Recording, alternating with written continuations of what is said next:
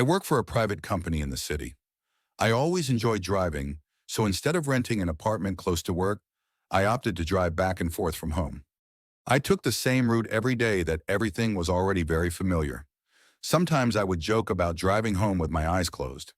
My wife disliked the idea. She said it was too dangerous, that I could fall asleep on the wheel and anything could happen.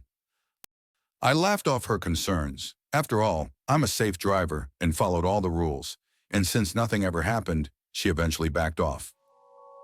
It was October, so the sun was starting to set much faster. I remember being in a hurry to avoid the rush at the highway.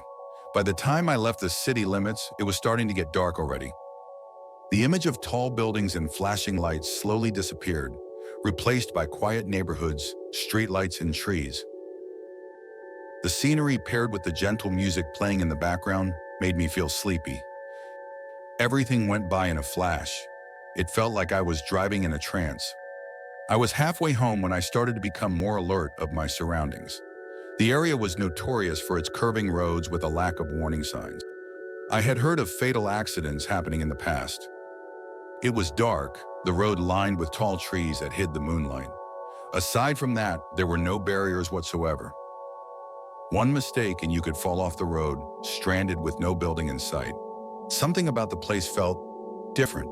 At first, I couldn't really place it. Then I realized that it was really dark. The faulty streetlights that used to flicker on and off were now completely dead. I made a mental note to complain about this. Without the lights to accompany me, it felt like a completely different world. It was so dark that I decided to slow down, squinting my eyes to see in front of me. If only there were passing cars at least. But somehow, I was all by myself. Weird, I thought. Earlier, the streets had been busy, with a few cars trying to overtake me. Now, no vehicle was in sight. The music playing in the car started to crackle. Bad signal. I turned off the radio and realized something else was off.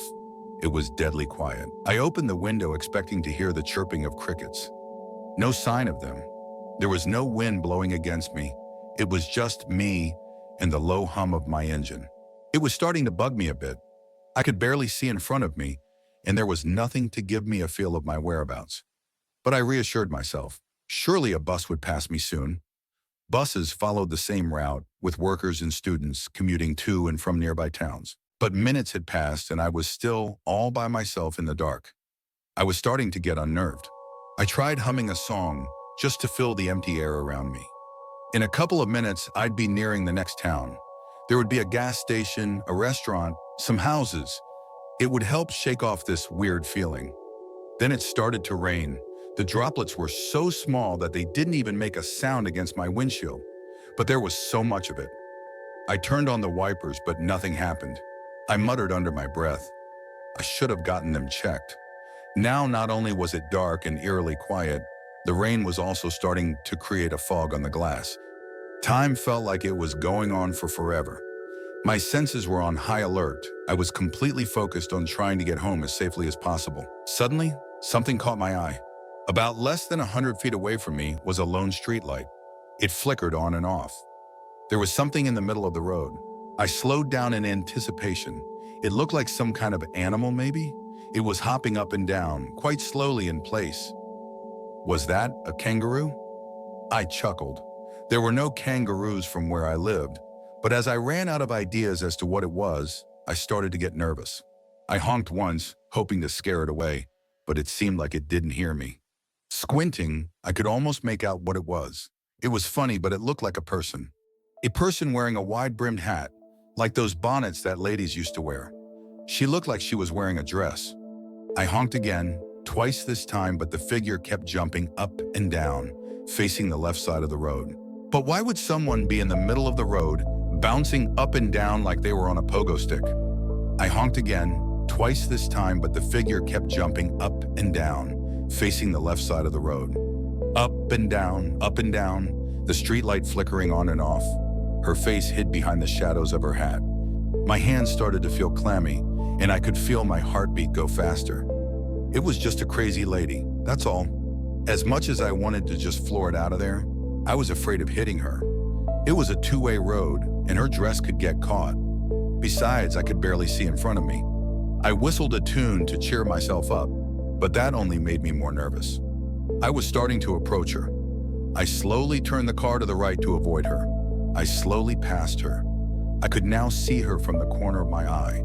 The light flickered on and off, now slower than before, as if we were in slow motion. I turned my head to look at her one last time. Then to my horror, I saw her slowly turn her head at me. The street light went off. I cursed loudly. I turned my head again. The woman was gone. And then my engine shut down. I turned the key. Nothing. I laughed nervously. I turned it again. The engine started up, then died down. My heart was now beating out of its chest. Suddenly, I heard a loud bang on the side of my car. I shouted, turning the key hysterically. The rain started to pour down on me, completely covering the windshield. The roar of rain matched the banging against my passenger door. Someone was now actively trying to open the door to the passenger side while banging against the window. I turned the key, screaming at the top of my lungs. Finally, the car started. I stepped hard on the gas and floored it out of there. I kept driving, despite the rain clouding my vision. I swear I could still hear the banging on the door. And the entire time, I could hear myself screaming.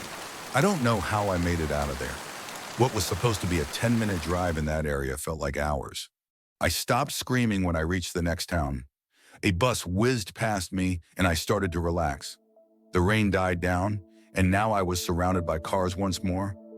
I don't even know where they came from. My wife was extremely worried when she saw me.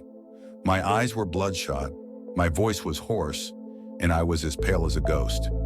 I couldn't tell her what had happened because even now, I could barely believe it happened either.